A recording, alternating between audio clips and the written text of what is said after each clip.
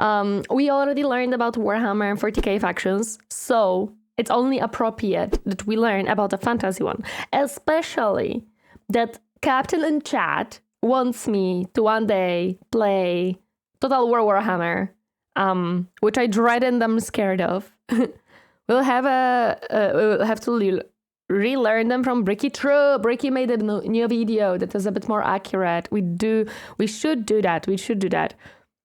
I am ready to start, which means we are starting. Yeah, let's go. Controversial statement. I like when people get into Warhammer. It's always a joy to have more people to play with and interact with in the hobby space. It's a new chance for me to try and convert anyone, into accepting that the Eldar are actually really cool and interesting, and please just for 5 minutes stop saying elf bad. But speaking of elves, every time there's a wave of people that first learn about Warhammer, there's always one thing in common with them. None of them realize there's more to Warhammer than Space Marines, Tyranids, and Spikier Space Marines. There's a whole other... Wait, Spikier Space Marines? Spikier Space Marine? That's not... Is it orcs? No, orcs are next... What is Spikier Space Marines? Which one is that? Hello, Flyswater, welcome. Happy to see you. Chaos ones? Oh, is it the Chaos ones? Oh, I mean, makes sense, yeah. Is it to play ZZZ? Okay. What's that? That's Warhammer, my friend. pair of settings that also exist, and they just fly right under the radar half the time. And this sucks, because the best Warhammer setting is right there. Yeah, GW ended it, but then it came back. And if you don't want to, you don't even have to collect thousands of dollars of minis to play with this one. Wait, really? Warhammer Fantasy has been around longer than even 40k. It's had its ups, it's had its downs. It got blown up for a little bit, but thanks to... Wait, I didn't know that Warhammer Fantasy was first. I literally didn't know. Hi, Barker, welcome. Happy to see you. How are you doing today? I see Elder. Yes, Elder Evil. Hi, SW05, welcome. Happy to see you. No nibbling. Right, so... Fantasy was before freaking 40k? Okay, we already are learning. The old world? Oh. Total War, Vermintide, and the constant nagging of the community, you can once again Vermintide, play I in the know. old world. With That elves, dwarfs, and humans as Fantasy was first, yes. Always nibble? Never will nibble. It's where the Vermintide is coming from? Yes! Vermintide is from the freaking Fantasy Warhammer. Fantasy was tabletop battles, the same kinda that spawned D&D. Are you telling me, Bearcare, that I can have a Warhammer D&D and I didn't know about it? That's not fair! Vermintide, Green Tide, Order Tide.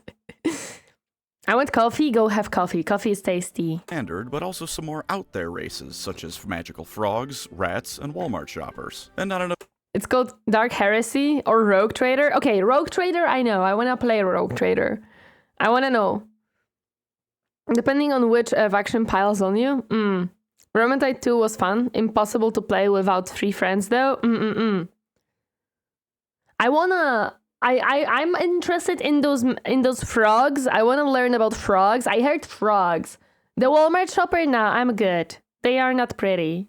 Dark Heresy is in development. Oh, that sounds cool. Have you looked into all Guardsman Party? No, I don't think I looked into all the Guardsman Party yet. People know about them. Not nearly enough. And not nearly enough people learn that this setting is even a thing. So I'm gonna be doing my part today. Yay! Today I'm gonna learn you all about every faction in Warhammer Fantasy. Yay! Some of them had extensive army lists and plot relevance, some of them languished when unupdated army books for years on end, and some of them until recently were relegated to about 3 pages of background lore. Oh, doesn't matter, damn. We're doing it all. If you can conceivably consider it an actual faction, they'll be here. Think of it as a companion to this video. That one was me trying to... Do or don't Warhammer the old world? Promoting another video of mine before this one's properly started. I'm a real YouTuber now. Let's go. He's a real one, boys. He's a real one. So Rogue Trader and Dark Heresy were settings now developed into game. I love that. I want to play Rogue Trader even more. Hi, Xlasser. Welcome. Happy to see you. Hi, Oscar. Yeah, thank you so much. I appreciate it. There are points frogs. Points? Where are points? Frogs? Well, I can't tell. They have very shootable faces. I wanna... There is no Mechanicus in Fantasy, but there is like a ancient Egyptian faction, and I think I'm gonna like that one. overview the setting as a whole, and this one is about the groups of people in the setting. So let's dive into a world of fantasy and see what all that nonsense about them having the Warhammer is all about. But you're about to start listening to me list off all kinds of factions, and Tomb Kings, yes, that one, Tomb Kings. I think I'm gonna like it because I love ancient Egypt. I love it. The Tomb Kings are awesome. Yeah, let's go. Awesome faction. Necron lover will love Tomb Kings too, of course. And I do like me some Necrons. I do like me some Necrons.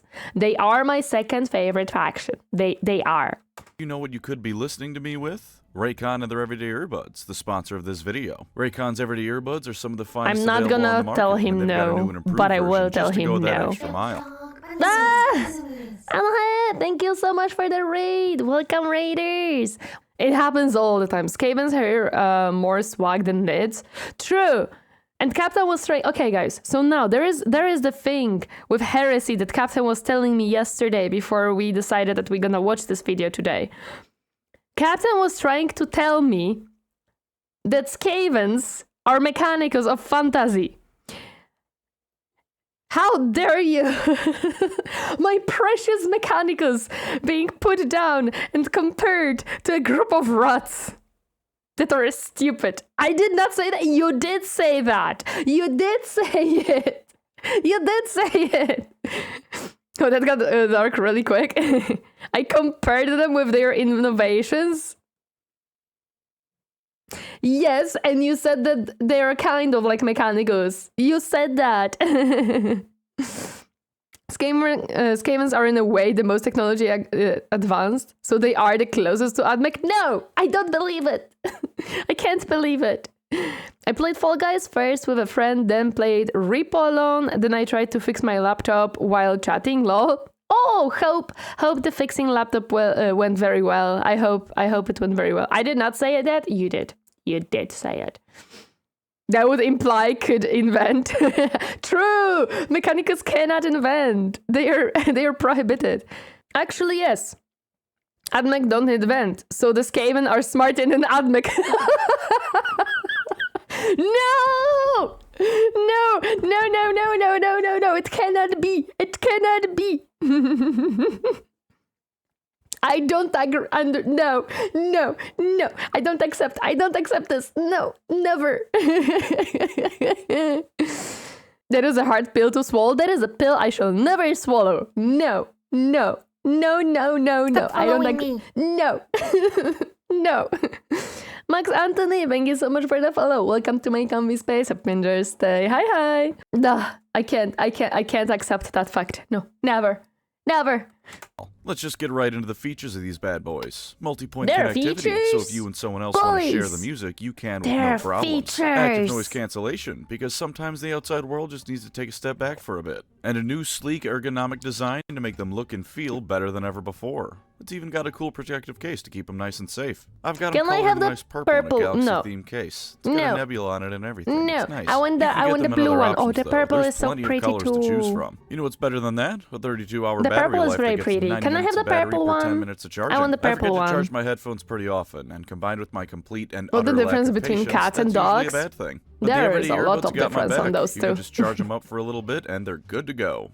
I use them when I'm painting or assembling minis. It's nice and relaxing, and the sound quality lets me tune out the world and look get at into the him. swing Hello. of things. This is good because, as you can see, I have a lot of minis to work on. But even with your own Someone shopping has needs, a you can still backlog there. enjoy the Raycon Everyday Earbuds. Click the link in the description or go to I already ate the purple one, so you can PancreasNoWork get the to blue ones. 50% off your Okay, Raycon fine. purchase, plus free shipping. They're already half That's the a price small of other pile brands, of and shame. with my Just link, a you can get small them at an even one. better Just a price. small one. Spice up how you listen to music, podcasts, and more with A Raycon's tiny Everyday itty bitty Earbuds. pile. Now then, let's talk about where it all began.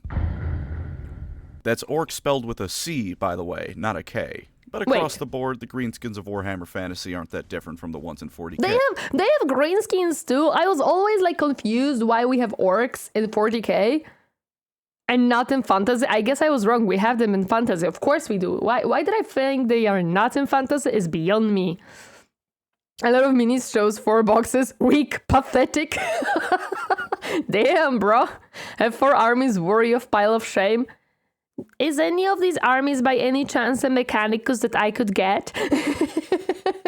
Bring out some chopas, boys. Wait. In in fantasy, they cannot yell Daka Daka because there is no Daka Daka.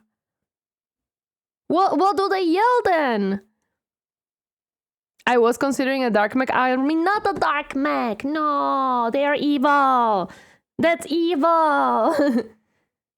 They shout more wah. Okay, I guess they just go wah more because Daka Daka is not a thing. Which is why we're starting with them. They like to fight. They're mushroom people. They're green. Mushroom people. If you took an orc from 40k and put him in a greenskin tribe in fantasy, he probably wouldn't be able to tell the difference. Might wonder why no one has a decent shooter hanging around, but he'd be content with his life regardless. He might even be happier because these orcs have characters like Grimgor instead of Ghazghkull. There are no thinking and tactics for Grimgor. Only beating everything near him to death. Tactics the greenskins and stuff, used to have some pretty different lore. You just run in and bonk. Than anything else. They had half-orcs and they didn't reproduce with mushroom spores. Then as time went on, that was moved to half-orcs? How do you have half-orcs when they are mushroom spore? What? I am evil? Red fast, yes, red fast. Purple sneaky. Blue powerful. All the light night to do is slap them into next week. Lol.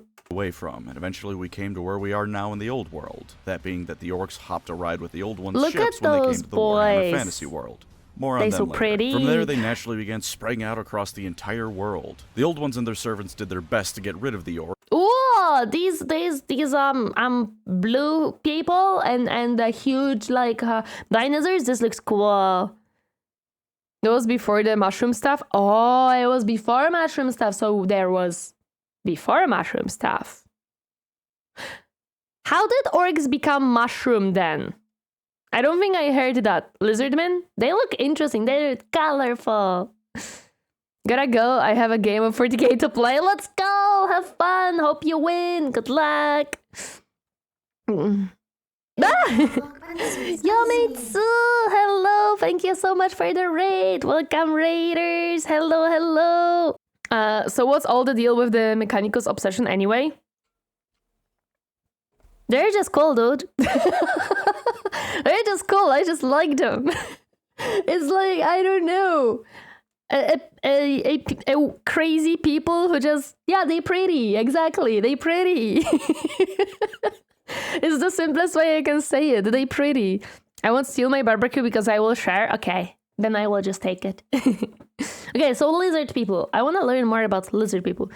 Orcs, as they did all other races they weren't quite fond of, but you can't get rid of the orcs once they're on a planet. It's just not possible. So nowadays, if you wander around a given area long enough, chances are you'll find some greenskins kicking about, making things worse for whoever lives there. The orcs themselves are one of the biggest similarities between the two settings. The biggest guy is in charge of the tribe, and if you get a real big boss, he might be in charge of multiple tribes. And when you get a really big boss, you can get a whole proper WoW going. When this happens, you usually get a whole lot of dead humans and dwarfs. Painting something red still makes it go faster, painting it blue makes it luckier, and can block arrows from killing the... Wait. Blue is luck? I thought blue is strength. Knock knock, who's there? I prefer tea. Tea is good too. I like tea. I thought that blue is strength. I don't know that blue is luck. I mean, luck is strength, I guess.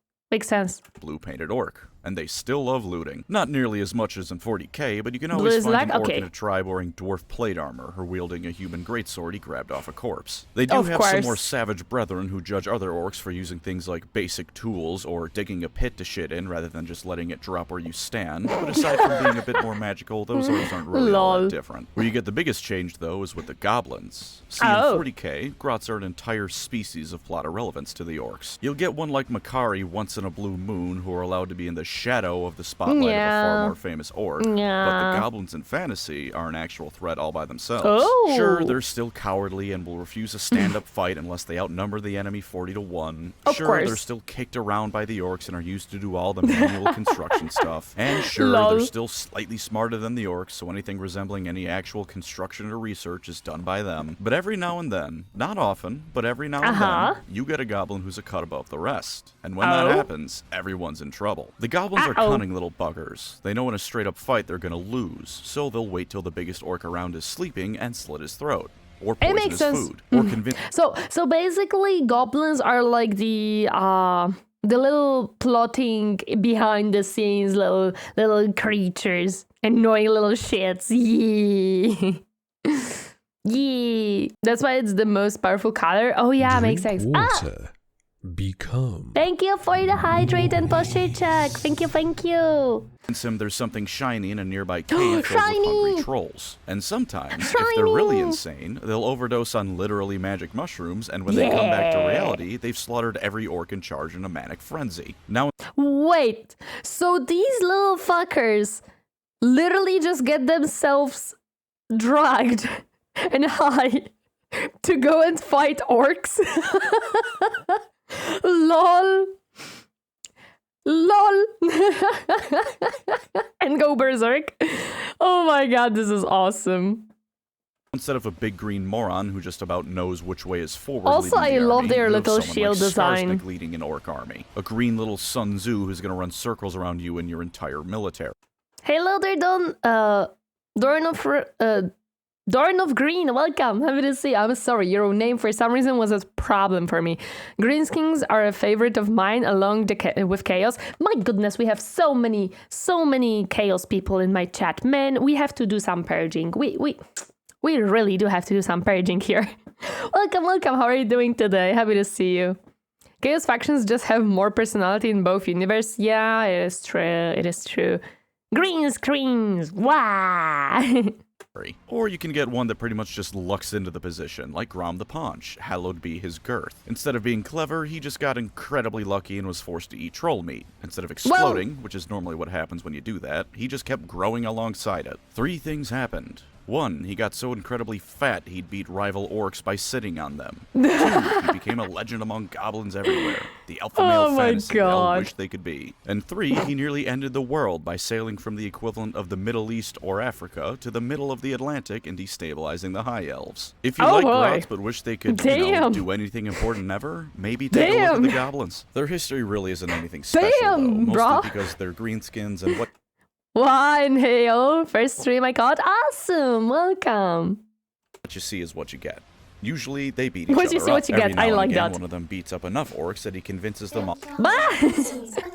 So many raids today. The Fudge Bro, thank you so much for the raid. Welcome. How are you doing today? Happy to see you. All to go beat someone else up instead. This continues until that war boss is killed, and then the orcs disband and go back to beating each other up again. Some evil dwarfs like to use them as slaves, and when they tried to make bigger, stronger, and smarter orcs to use as slaves, they immediately learned why that was a bad idea when the orcs revolted. Yeah, you have to the orc's logic, right? Is that if you have a big, strong orc, it becomes your leader. So if you make a big, strong orc, you create leaders for the orcs. That's not a good idea. The boss I just fought was ridiculous. Lol. Took me a while. I ended up cheesing it. I see. Yeah, you don't want big orcs in your slavery. You want small orcs. You want the small boys. If you like being mean and green, you'll like the orcs. And one crucial thing I knew. Oi, I heard a theory that orcs, or I heard that the orcs players are the most chill ever, dude. Legit, every attacks orc do on the TTG is very, very RNG. Listen, if it works, why fix it? If it works, why fix it? The orcs just go, wah, and it works. So they do it again. And it's so funny that the most chaotic and kind of everyone is brutal, right? But one of the factions that just loves to fight is also having the most chill freaking people play it. Also, Chaos Dwarves are fun. I can see why. No one take it seriously. Makes sense. I nearly forgot. They love to dance. Warzak may be the prophet of the orc gods first, but he's a hell of a dancer second. Now let's get out of the realm of similarities and into some things fantasy really does different. I wanna dance the orcs. When the old ones showed up, the planet they arrived on was ideal for creating the ultimate weapon to fight chaos. Of course, they still had to create it. So to do that, they started by moving the planet closer to the sun to warm it up, which pissed off a lot of things on it, like the dragons. Yeah, makes sense. Speaking of, there were a lot of races on the planet that wouldn't really like to share the room with the old ones' creations. So to help them with the legwork, as well as get rid of all those fellas, the old ones created the Lizardmen. They also created most of the other playable races in the setting. So unless otherwise stated, assume all these factions started out as the test tube babies of the old ones in one way or another. The Lizardmen were not this ultimate weapon against chaos, although they were still pretty good at fighting. You know how I said Nice. the orcs resisted extermination by the old ones? That was just... Also, best kid, Bash faction. Lizardmen are interesting. They look interesting. My Wi-Fi went out for a second. No, that's okay. That's okay. But space. them who managed it. Everyone else fell under a tide of angry lizards, dinosaurs, or angry lizards riding dinosaurs. With that small little bit of genociding out of the way, the old ones set about making the world fit their needs. The lizardmen were their chief assistants, and to be the best secretaries they could possibly be, the old ones made them in several different flavors. Wait, several different flavors? Wow. You know they are cool because they ride dinosaurs into battle? Exactly. How can you not be cool when you literally just ride a freaking dinosaur into a battle? Also, welcome, Paratrooper. Happy to see you. How are you doing today? Hello, hello. Lizardmen are fun to play, especially if someone loves dinos. I'm not a huge fan on dinos, but I'm not gonna say no to a dino.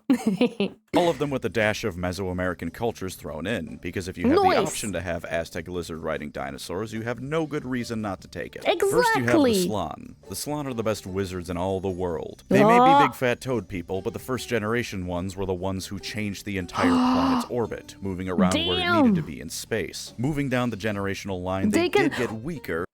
They can freaking move a planet. This is huge. I love wizard. Toad wizard. Toad wizard. Why not?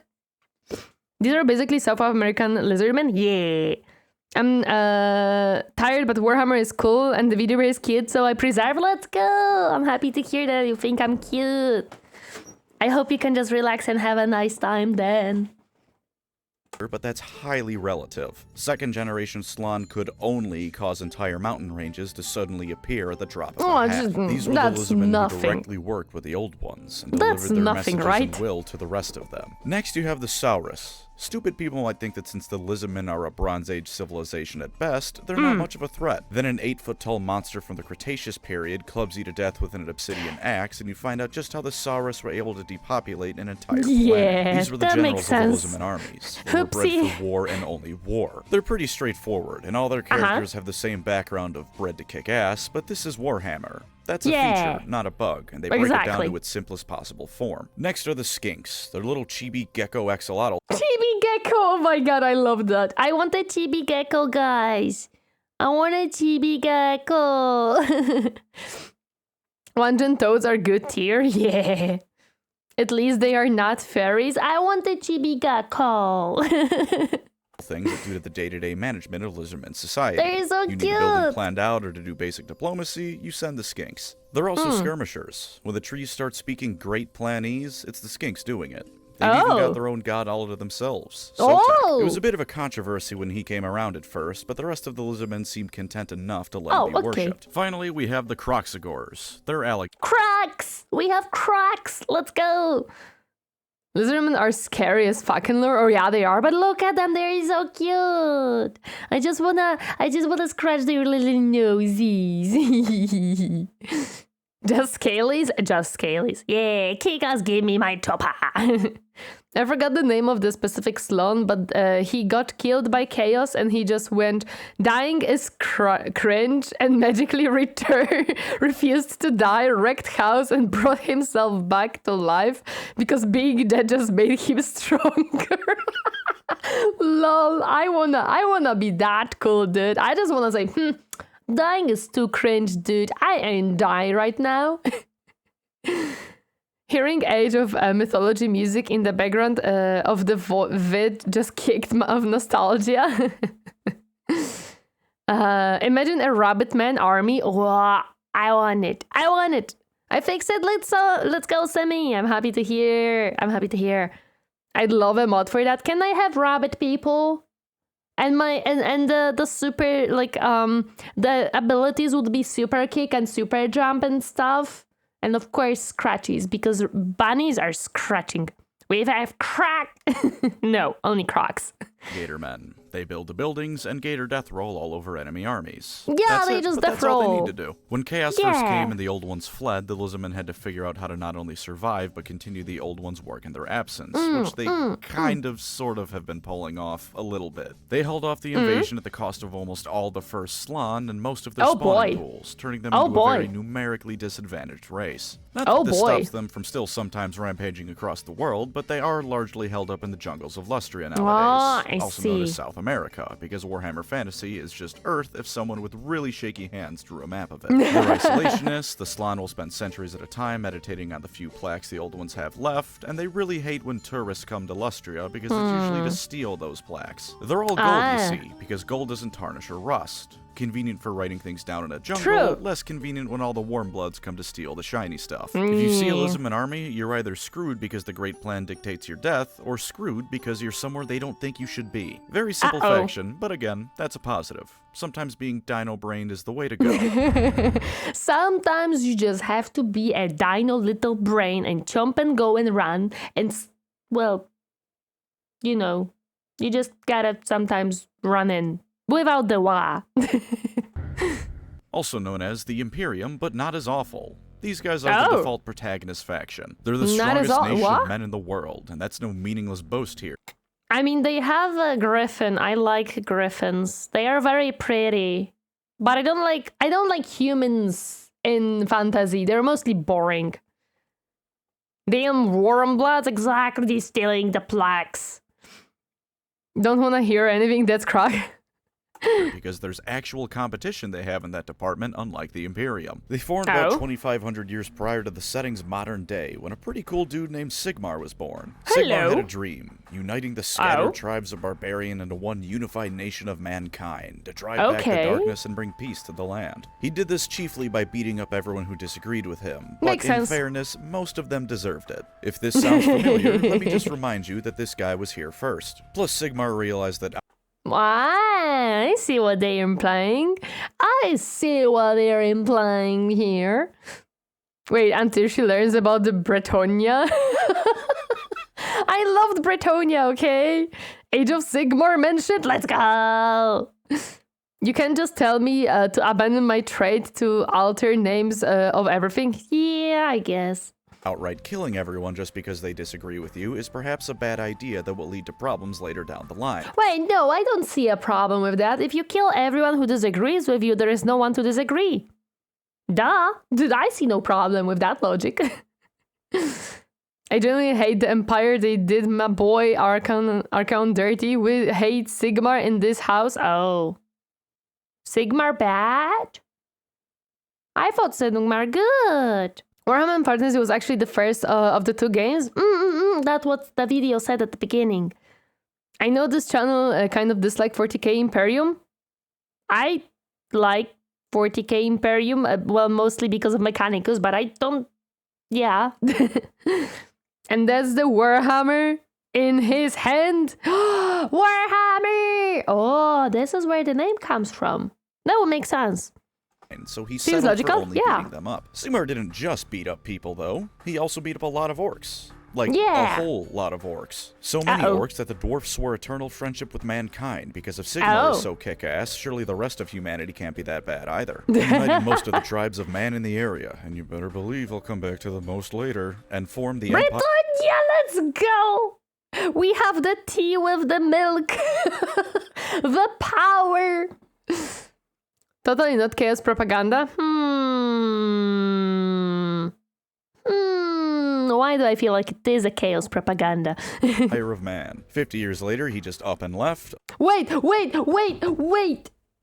If I'm understanding this map correctly, the red thingies are what he has united, and the black ones are what he didn't.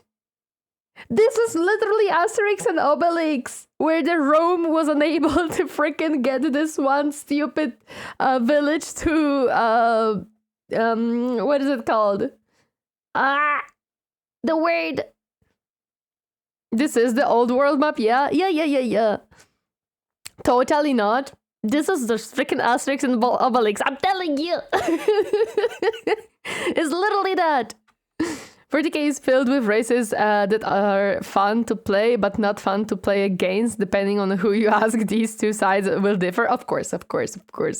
A little bit after that, he became a god, and the Empire soon worshipped Sigmar as the chief god of their pantheon. The Empire is pretty unique as far as fantasy factions go. Usually a fantasy setting will reach the medieval era, and then very explicitly never move past that for the next trillion years of its history. The Empire isn't like that. When Sigmar was doing his thing, it was barely the Iron Age. The Dwarfs giving them steel weapons every now and then was considered the height of technological advancement. Nowadays, 2,500 years later, the Empire has tanks.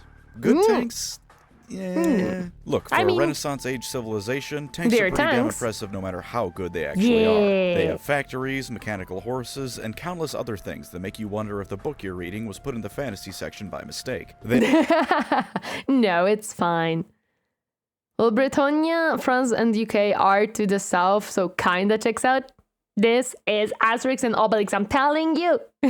And the Empire was supposed to be the Rome, the Caesar. Bende Rodrage Miller, thank you so much for the follow. Welcome to my comfy space. Happy New Day. Hi. The Empire is basically just the Holy Roman Empire, except more stable and more badass. Yeah, I knew it. Steam tanks works for me. Just bring a bigger chopper, exactly. They also have wizards who scam people out of $50 for the thrill of it, politicians who constantly need to be wrangled by the one competent guy in the entire government, and enough floppy hats to arm the entire Holy Roman Empire with. They're still normal people, though. The three things that make the Empire great aren't genetically modified super soldiers, or lost technological secrets from a golden age, or even the direct intervention of their gods. It's faith, steel, and gunpowder. A whole lot of each. Give a man a halberd, a cause to fight for, and his friends by his side, and it turns out you can push back even the most determined of evil murder Vikings time and time again. Most Warhammer fantasy books follow the Imperial characters around, and you get a good feel for just how fleshed out this land is through them. You've got the Heartlands, sure, places like Altdorf, where it's interconnected with the wider world, magic runs through the very city through its colleges of magic, and elves and dwarves. We literally have a magic city? I love it, I wanna go there. Do you wanna know what's the most efficient way to use these Holy Roman German tanks? Yes, what is? Do we just throw them at the enemy? And magic people that can summon meteors? Magic people! Rhyming speed? Of course. Of course. I mean, I remember that I was learning in school on the history that the first cannons were very, very, very inaccurate and not good. Ramming, they drive through the enemy, lol. And pour steam on them because that cannons have shitty accuracy. Yep, that makes more sense. Dwarfs can be seen regularly. Then you have backwater shitholes like Ostermark, where the people are outnumbered by everything nearby that wants to kill them, and guns are still a scary black magic invention for a good half the population. Or Averland, whose most noticeable trait is that they hunt halflings for sport there. There's halflings. Wait, there are halflings in the Warhammer? I did not know that. I didn't know that halflings in Warhammer exist. Okay. Empire, by the way. They can vote on the next emperor because they baked a previous one a really good meal. They also Listen, guys. We may not be the best at fighting, but we can cook. Oh no, it's a very Lord of the Rings. Like, yeah, I can feel that. Poor Frodo and Sam. Listen, they did got their voting because of food. My fourth favoring action? Fantasy Warhammer is literally all the generic fantasy races. I love that. Civil war over pie. Don't be a halfling in Averland. Yeah, civil war over a pie. Yeah, I want pies. I love pies. You're gonna decorate someone's mantelpiece sooner or later. Of course, this is still Warhammer, fantasy or not. Sure, I said it's not as awful as the Imperium, but it still has witch hunters who will burn you alive for being a wizard, or being a mutant, or just for being a bit too ugly, because that— Wait a second. If they will burn you for being a wizard, but there is a whole fucking city that has magic floating through it. That doesn't make sense. I mean, they do look cool though. I like their design. But the sense, not so much. It's complicated? Okay. Sounds just like real life? Yes. It's also a sign of chaos Those wizards have licenses? Ah, okay. mutation. And it's still a Renaissance age civilization. For 90% of people, this means it's a medieval civilization, but you might see more pretty statues and paintings than your ancestors did. You're still probably gonna die of the water making you poop too much. They're bordered by the undead, beastmen are everywhere once you leave the city limits, and worst of all, they have people who have sex with horses for neighbors. They have what now with what now? Excuse me? What now with what? Stop following me. Here, TJ, thank you so much for the follow. Welcome to my comfy space. Happy Thursday. Hi. Poor Sam, dude. It's licensed versus hedge wizards. Okay. Welcome, Bretonnian horses for everyone. No, I don't agree. No, that's no. Oh, this is weird. Okay. The Empire is constantly on the defense. From orcs, from chaos, from beastmen, which are a different kind of chaos, and really anyone else who's feeling a bit bored that day. But the average... It's like, you know what, guys? We didn't have much plans for today. How about just raiding Empire of Human today? Yeah, let's do that. Citizen of the Empire will do their part to keep the hordes at bay, and at the end of the day, they did this for 2,500 years until the authors decided reality itself had to go, which is a pretty good track record. They're a human, relatable nation, like if the Imperial Guard got to actually be the main characters of 40k instead of Space Marine 9001, model on sale now for $60. It's grounded, with people having normal struggles, but also fantastical, with wizards and monsters being everywhere. They do have one ultimate ace in the hole, though, the reigning Emperor, Karl Franz. The best statesman in the old world, the guy who wields the Warhammer. You know the one, the actual real-life Warhammer logo. That's his, and he's very good at using it. He's the kind of politician who could convince you into giving him everything you own and leave you thinking you got the better deal. But also the kind of person who wouldn't do that to you. He's got everyone's interest at heart, and overall, this guy's the best emperor in Warhammer. Not Warhammer Fantasy, Warhammer in general. Kiss my ass, corpse worshippers. This one can walk, talk, and beat you to death in the name of the Empire. Yeah. If you like relatable folk with a touch of the fantastic, Sigmar and his people have your back. But I did say most tribes are united by Sigmar. Unfortunately, a couple weren't able to be integrated for one reason. Greg, you know what? I like that one. I like that Empire. He's awesome. He's awesome. Franz, the bestest boy. He's the bestest boy. Look at him. Or another. Let's talk about the one that I like first. Oh. Kislev is all of East. Look at this pretty bear. I wanna boop the snoot of that bear. Look at it. Just look at it. It looks so boopable. Awesome. They're near up thrown into a pot. Skip some the very bad emperors they had in the past, though. We don't talk about it. We don't talk about them. Slavic, but Warhammer, let's go. And mixed to boiling until it coagulated into one Slavic specialty stew. They live in a frozen hellhole, which is also their country's greatest defense. They wear thick fur pelts. They have winged hussars. They also squat in the middle of a battlefield. Why the frick do they have to squat in the middle of the battlefield? Why? Oh my gosh. Looks very punchable? No. It looks boopable. I mean Kislev. Because such is the natural state of the Kislevite. And vodka. Even the dwarfs and their genetically ingrained alcoholism respect the drinking skills of a Kislevite. Kislev's job in the setting is to face tank chaos invasions before they get to the Empire of Man, which they do pretty well. Half their cities are torn down in the process, but they're a hardy bunch. They walk into the winter snow, and when everyone... Tori being from Eastern Europe, she will probably feel home here. Kinda, yes. But also, I was learning in school about like war stuff. And one thing that I remember learning about, hello Paste, welcome, happy to see you, was the there was like I think it was Polish or maybe Czech, I'm not certain. One of those two had like those horse riding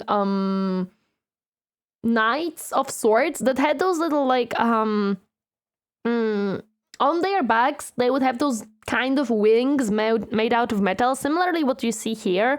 Like you can see these, right? Like, so they were made out of metal. Yeah. These ones.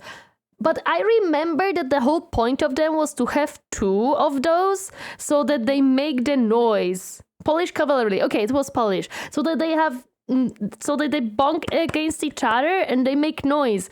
So me seeing that they have only one kind of just makes me like, wait a second, this doesn't make sense. That's literally how forging people see us Russians. Judging by the legends, I see. Yeah, some East Europe in general, I would say. Occupying their land freezes to death, come back in and rebuild. Their religion is different from the empires and they view them as weak southerners, but the two nations are still weak staunch southerners. allies. Mostly because when the forces of actual hell are your neighbors, anyone else is going to be a good friend. Yeah, they're led by the true. Tsar or Tsarina of Kislev, because GW was worried you wouldn't understand which region this place is based off of. Many times, and indeed the last one before the world blew up, this was an ice witch, a handy person to have running your country when a raging blizzard is considered a mild day. You still can't play as Kislev in the old world, thank you GW for that extreme blue balling, but they had some pretty heavy redesigns, and a lot of the marketing for the old world did at one point feature Kislev. Here's hoping GW realizes that winged hussars riding bears is something people are interested in. They just don't know. Shame that sentence needs to be said. I don't know why anyone would ever need to be told that. Blat. These are those people who have sex with horses. When Sigmar... Wait a second. I need a backstory for this. Why do we have Bretonnia that has sex with horses? What is this? I need a context for this. Was uniting everyone, they refused to join him because obviously they were too good to join him. Did they have some super special magical secret or a technology that could let them surpass the fledgling empire or some other race in the whole? No, but they copied the elves' homework and our French, so they decided they were too good to shack up with a future god and went it alone. Bretonnia looked at all the French eel.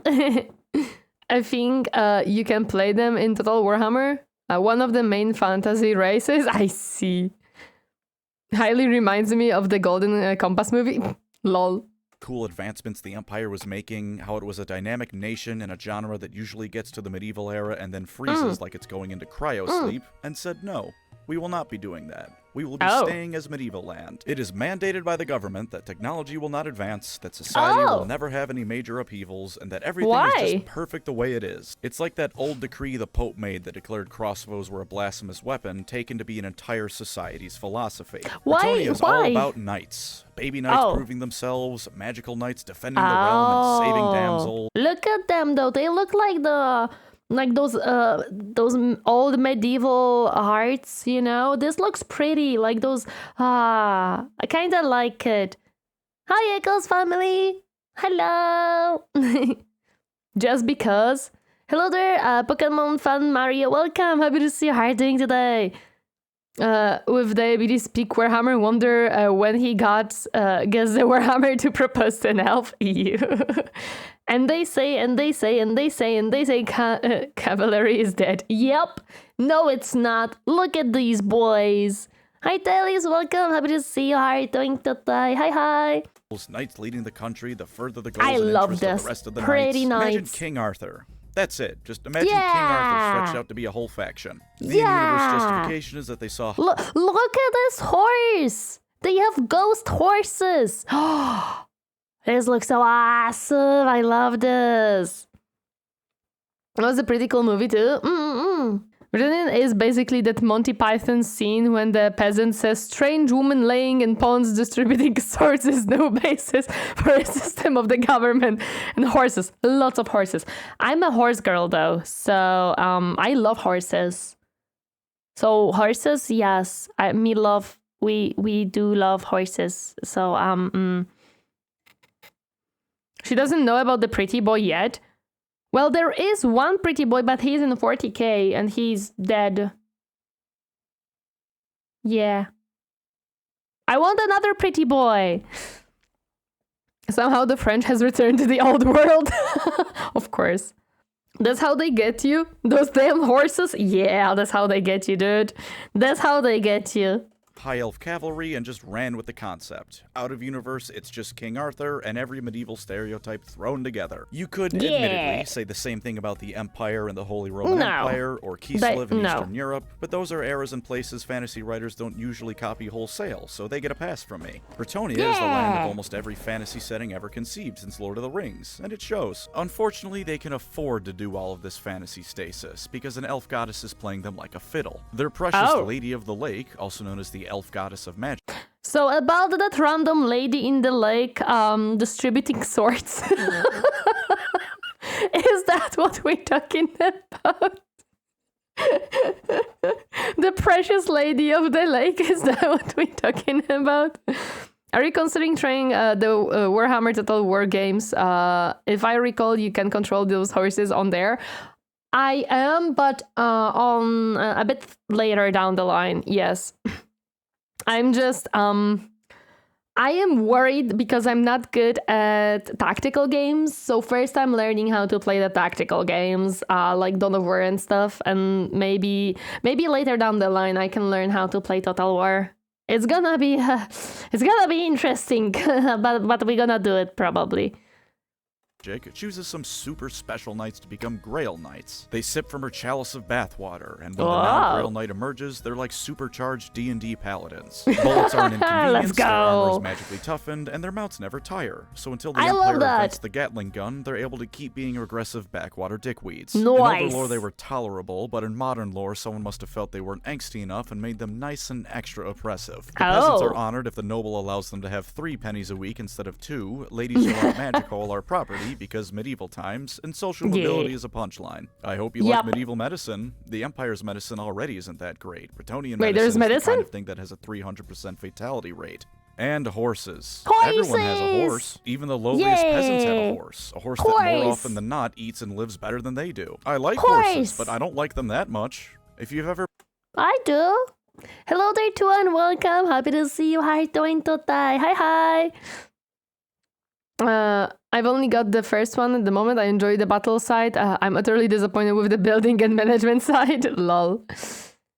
The elf simp will keep simping. Cannot blame the hustle. Yeah, you cannot blame them though. The elves are the elves. Can always react to the Reggie videos on Total War Warhammer. Maybe. Horses! Stop following me. Tuan, thank you so much for the follow. Welcome to my comfy space. Happy Thursday. Hi. Horses.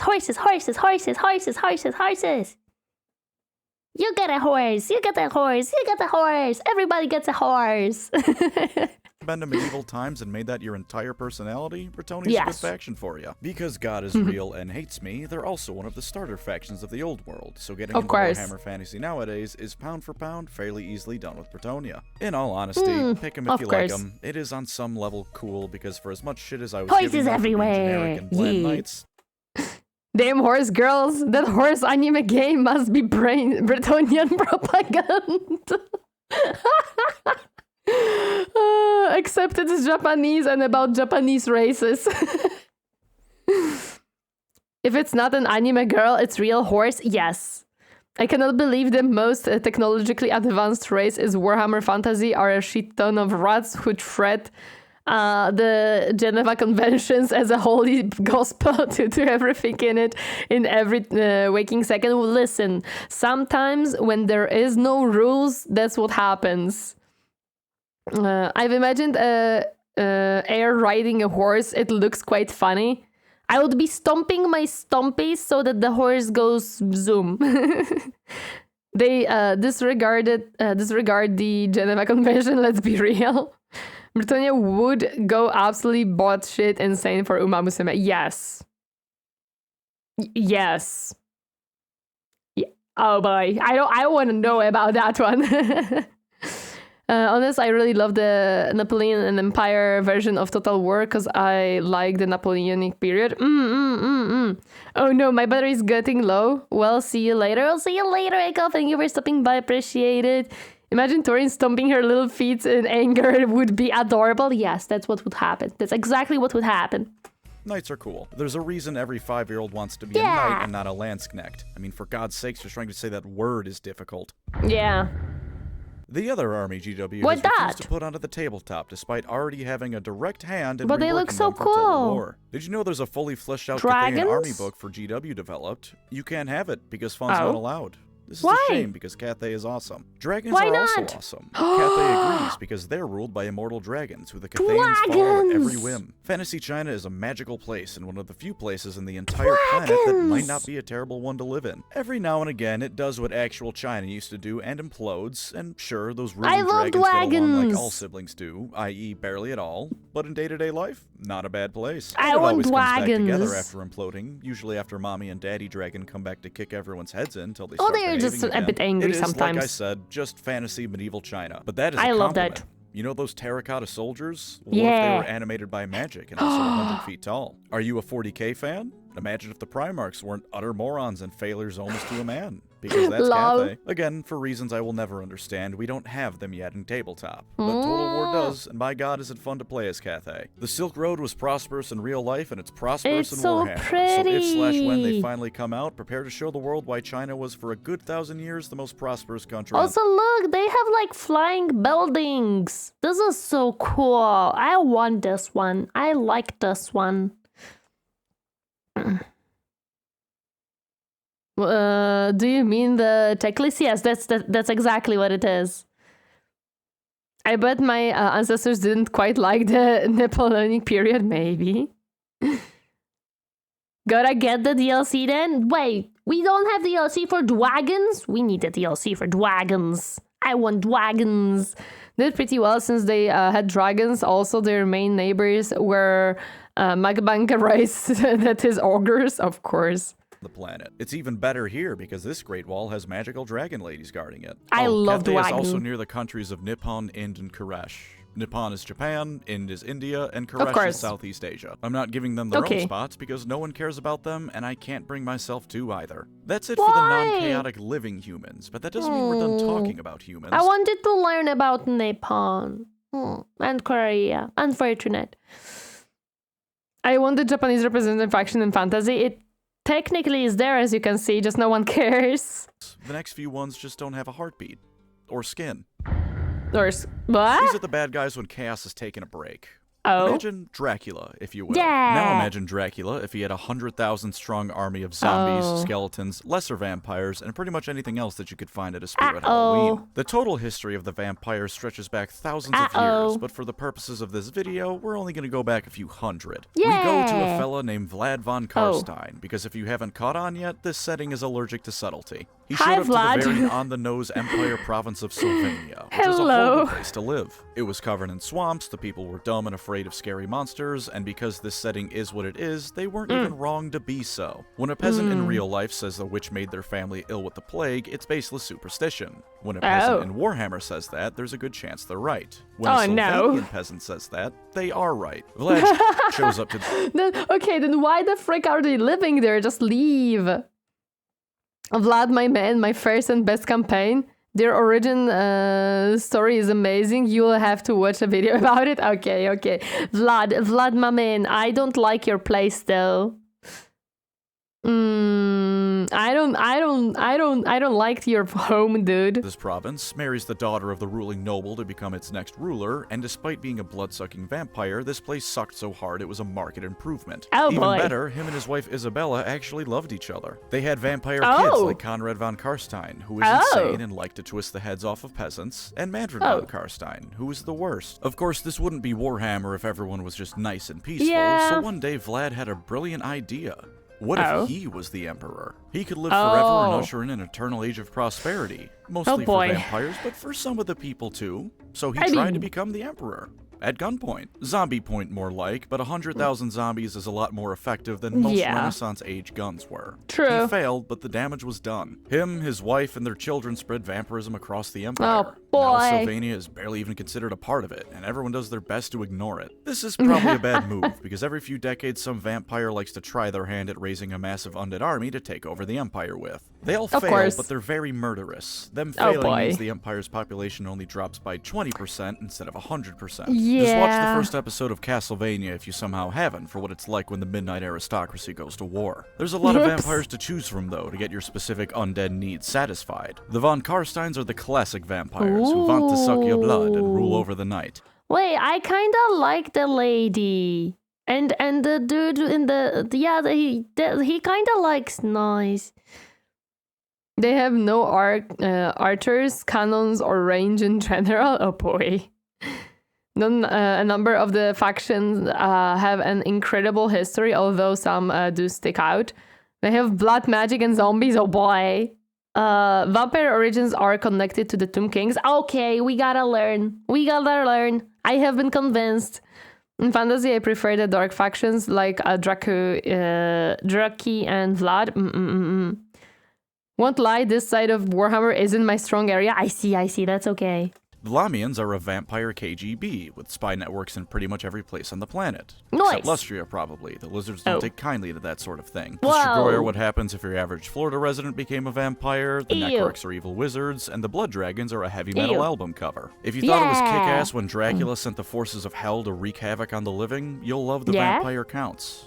But I did mention that some of the undead don't have skin, and vampires usually have that at least. For those fellas, we need to go further south. Oh? Hello.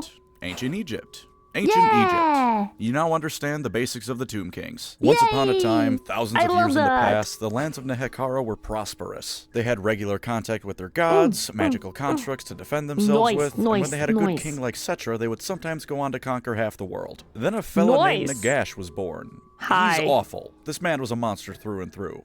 He's really smart, though. Smart enough to capture dark elves and force them to teach him dark magic, which usually humans can't do. Smart enough to invent necromancy with what he learned. Smart enough to overthrow his brother, the king, and take over most of the land with his undead forces. He's also quite powerful with his magic. He was eventually overthrown and cast into the desert where he died, but he invented necromancy. Death is a suggestion for him. Such is his power. When he inevitably came back, he discovered someone had stolen his research notes and used them to make vampires. He made those vampires his generals, and no, they didn't have a choice in the matter, and then decided ruling just Nehekara with undead wasn't enough. So he formed a plan to kill everyone in the region at once, resurrect every corpse on the planet, and take over the world with his World War Z undead army. Part 1 of the plan went off without a hitch. It was only through the intervention of the Skaven, who I promise you will love. Wait a second! The Skaven stopped the necromancer? Seriously? Dude, what's up with those rats? We hate Tomb Kings in this house. They're blunder necrons, but ancient Egypt, me likey. Like, for example, wizards quite literally have the ability to rewrite reality from the onset. They don't achieve godhood as some hyper-advanced magic. They become gods the moment they awaken to magic. Interesting.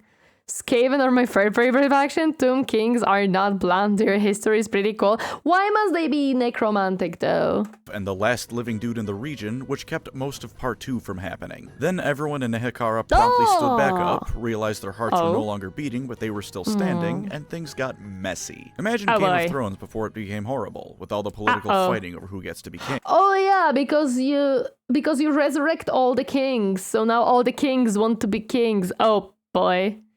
Oh boy. Tomb Kings bore my sorry, not sorry. Hump. Gumbawa, what's good, my G? What does my G mean? But hi, welcome. Happy to see you, Sir John. Welcome. How are you doing today? Hi. Now imagine Game of Thrones if every single person who was ever the rightful king was now alive at the same time fighting over what was their throne. Not they believed it to be their throne, or they wanted it to be their throne. It was the throne they sat on once upon a time. And also they can respawn. And also, most common people were mindless undead skeletons who had the flesh flayed from their bones with the desert winds and could only follow basic orders, like kill that guy who thinks he's the real king. This does not a stable nation make. Luckily, the priest woke up that Settra guy who cockslapped everyone until they started behaving again. Now the Tomb Kings no longer have... It's like, oi, stop that. We gotta unite. Sometimes the Skaven do an amazing job, just sometimes. Basically, TLDR, Settra went to sleep, died, and told his researchers to find a way to immortality. They didn't, but the next king had the same idea, and so on, until they managed. And now a lot of kings were standing there with the same idea. They're all just pointing fingers at each other. It's the freaking Spider-Man meme when they all just stand and point finger at each other. Tomb Kings got an angsty throne, etc. at problem. No more angsty Tomb Kings, yes. Skin have no clear path to achieve immortal bodies to feel with again that they so crave, and no longer have the backing of their very gods. Fortunately for them, death is more of a suggestion. They can still use magic, even if not quite as good as it was when the gods were helping, and they now have eternity to do whatever they want, as long as it doesn't involve some sort of physical sensation. True. Sometimes they still fight amongst each other, sometimes they spend their newfound immortality pursuing whatever hobbies they want, and sometimes they sail all the way from Egypt to Sweden and burn half of it to the ground because someone stole their hat. And on the rarest of occasions, a tomb queen will tell a strapping young lad that if they still had functional genitals, she'd fuck him so hard the And what now? Oh my god. Long Addict, welcome. Happy to see you. How are you doing today? Hi. Tomb Kings, but that's what? Experience would kill them. They're very fun. They're true neutral to the core. Some of them want conquest, some of them just want to find new hobbies. Warhammer is a some love hate the living story out of deep jealousy. inside. Warhammer is just a romance deep inside. We just didn't find out yet. Oh no, Cetra formed a cult to try and find immortality. All kings after Cetra followed his example, and no one built a bigger pyramid than him out of respect and fear. Yep. Some don't care either way as long as they serve, and some go out of their way to find human members to recruit for their court because it reminds them of what they've lost. If you can think of a motivation, there's a Tomb King that has it. It's a very simple thing to know if the Tomb Kings are for you or not. Do you like the mummy? Do you like ancient Egypt? Have you ever wondered what it'd be like if the Sphinx came to life and started crushing people like Godzilla? Tomb Kings are perfect for you then. Damn. And hey, look at that. They're the other starter faction for the old world. Now you can get into fantasy proper without people like me dismissively calling you a horse molester. So now we can leave this region of the world and indeed humanity, and I have forgotten 4 human nations that deserve at least a little bit of credit. Shit. Taylor, Estalia, Border, Princess, Arabi, the Nobodies. Oh, what do you mean the Nobodies? Tylea is Italy during medieval/Renaissance times, so it's thousands of city-states smushed into one country. It's right next to the Skaven capital. There are worse places to live. Estalia is Spain without the colonial empire. Both of these places say they're the first civilized nation in the old world, which the empire disputes. The border princes are the land of whatever the hell you want it to be. It is an excuse to make your own homebrew army, and they fight orcs more than anything. Most of the people there are either fleeing from the empire, leaving the empire in a futile attempt to make it big, and petty nobles. Araby is exactly what you think it is. Turn Aladdin into a war game faction, but only a background faction. And if you think that's me being dismissive of it, do please read about Sultan Jafar's military campaign against the old world. It's actually got advanced medicine, science, and magical practices and theories, but I can guarantee the only thing you're going to remember about this place is Sultan Jafar. Of course, it's just We're going to start by nothing clumping else. all the elves together, because their backstories are all very interconnected. Don't worry, they'll each get their own time to shine. Once upon a time, there were just elves. The first species created by the old ones to fight chaos, they were made to be elves. Arrogant, long-lived, and short of the slan, they're the best wizards around. Then chaos descended, the old ones pissed off, and the elves had no idea what the hell to do. Eventually, a cool elf named Kalidor made a magical vortex. The chief cool elf, Anarian, grabbed a cursed sword that killed a whole lot of demons, and then everything cooled down a bit. Anarian disappeared, but they elected a new king, so all was okay. His children with his first wife even showed back up to be a bloodline of legendary heroes, though they're also cursed because of that sword. Then Anarian's second wife told their son Malekith that he should be king, convinced him with her boobs because family trees... I mean, it's a very convincing argument, dude. It works. It works. I would be convinced. Look at her. Look at her. She looks very convincing. Yeah. Morathia, I admit she has a point. Exactly, she has a point, dude. She has a point. Hey, I love her, of course. I'm addicted to beans. I love beans. Beans are good. Cedra is literally that guy. He wants to the main character by pure virtue of his ego, and his ego was blah, blah, blah, 1 and many zeros % deserved. He literally forced himself to learn magic despite not being born to use it. Best elf indeed. Let's go. Elf waifu. Elf waifu unlocked. Elf waifu unlocked. Let's go. Can be shaped like Christmas wreaths if you don't mind being a freak, and a civil war broke out. Malekith walked makes into a sense. sacred fire to prove his worth, whereupon their chief god lit him on fire. Him and his mother kept trying to take over the home continent of Ulthuan. They nearly unmade it when they realized they couldn't, and then the newly formed Dark Elves were forced off of it to go live in Canada. The High Elves, those who stayed behind, once again got to rebuild the shattered remnants of their home. At least they still had their firm friendship with the Dwarfs. That's a good thing. Oh, wait, that got ruined too. But don't feel too bad. The High Elf King ruined that one for them himself by being the worst. That one wasn't an unfortunate tragedy. It was a self-imposed unfortunate tragedy. The Dwarfs and the High Elves fought Fantasy World War I, and it was pretty miserable for everyone involved. Picking a victor is sort of meaningless because both groups were pretty thoroughly wrecked by the event, and the High Elves had to return home when the Dark Elves began the first of many invasion attempts to retake Ulthuan. Of course. Some High Elves didn't go home and sheltered in a magical forest called Athel Loren instead. Now we have the our Wood third Elves. group of elves, the Wood Elves. Yeah, the Wood Elves. There we The Wood Elves go. are the easiest of the subgroups to explain. They sit in their magical forest and are insane. Sometimes people walk into the magical forest. It's safe to assume that unless stated otherwise, they do not come back out of the magical forest. Sometimes even if you come out of the magical forest, you find that 1,000 years have passed since you entered, and every single one of those years catches up with you as you age to dust within minutes. Wait! So it's not just that you enter the forest and the time there is different. Stop following but me. you also leave and you immediately like get older? Oh my gosh. Hackstrayer, thank you so much for the follow. Welcome to my comfy space. Happy Thursday. Hi. How explicit can explicit language be before it becomes rule breaking? It depends. It depends. Damn, bro, that sucks. Aside from that, though, your first instinct might be that these are stupid, uninspired, lame D&D widows who love nature and harmony and trees. And in fairness, they do love all those things. Although I have to say, the female at the fence, she has a point. She definitely has a point. It's just that these trees are 50 feet tall, mobile, have a craving for the suffering of mankind, and the Wood Elves will invite peasants to feasts to fatten them up for the forest spirits. They don't give a rat's ass about the outside world, aside from how it might affect their perfect little lives inside the forest. They're happy in their whole scattered forest. enclaves of them across the world that are a bit friendlier, but the general These are motivation Wood of the Wood Elves is Elves, getting other people to get the hell off of their lawn. And when the lawn can come to life and devour you alive, it's a pretty easy task to do that. They also gaslight the Bretonnians into thinking their goddess is an elf one, although as it turns out later on, the extent of the elven gaslighting goes even further beyond their understanding. They're led by the avatars of two of the elf gods, naturally the ones that are focused on nature, because Wood Elf. Yeah, we have ants and that's awesome. Not skinny jeans imposters. Lol. Like with saying let's fucking go be allowed? Yeah, I believe so. Yeah, I think that's fine. Hi Ron, welcome, happy to see you. How are you doing today? Hi. The king likes to rampage across Bretonnia every now and again for funsies, and the queen sometimes says don't do that. Why? Do I have a a butterfly queen? Oh, she's so pretty. She's so pretty. Look at those blue wings. So pretty.